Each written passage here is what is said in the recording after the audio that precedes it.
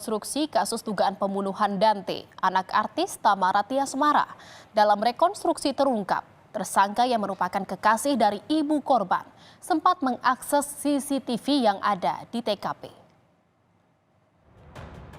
Si tersangka ini mengakses atau membrowsing, mencari CCTV yang ada di kolam renang sana. Tersangka mengakses atau membrowsing CCTV yang ada di TKP atau di kolam renang Pondok Kelapa, Jakarta Timur. Inilah yang terungkap dalam rekonstruksi kasus dugaan pembunuhan Dante, anak artis Tamara Tiasmara yang digelar oleh penyidik Polda Metro Jaya, Rabu siang. Rekonstruksi yang juga dihadiri Tamara Tiasmara ini terdiri dari 115 adegan di dua lokasi berbeda. 13 adegan dilakukan di Mapolda Metro Jaya dan 102 adegan di kolam renang. Adegan di rumah Tamara Tiasmara dan rumah tersangka dilakukan di Polda Metro Jaya untuk efisiensi waktu. Pada adegan ke-7, Tamara menitipkan anaknya ke asisten rumah tangga tersangka karena pada saat itu Yuda sedang di luar bersama putrinya.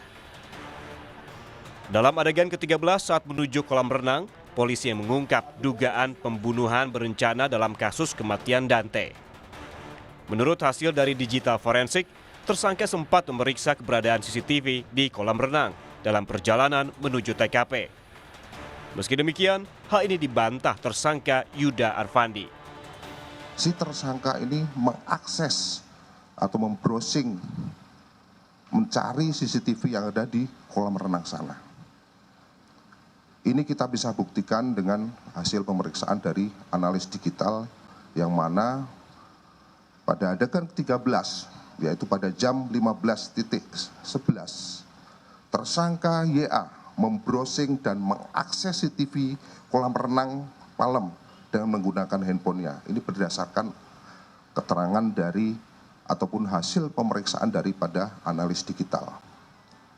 Ini sebagai bahan nantinya untuk kita mempertimbangkan dalam penerapan pasal, khususnya dalam penerapan pasal 340 ataupun pembunuhan berencana. Sementara itu, dari 102 adegan di kolam renang, 69 diantaranya merupakan adegan saat pelaku menenggelamkan korban. Namun, ada pula adegan tersangka saat mengangkat korban dan mencoba memberi bantuan pernapasan. Dalam reka ulang adegan juga terlihat sebuah tabung oksigen di dekat korban dan tersangka. Saat itu juga ada seorang petugas dari kolam renang yang membantu menolong korban.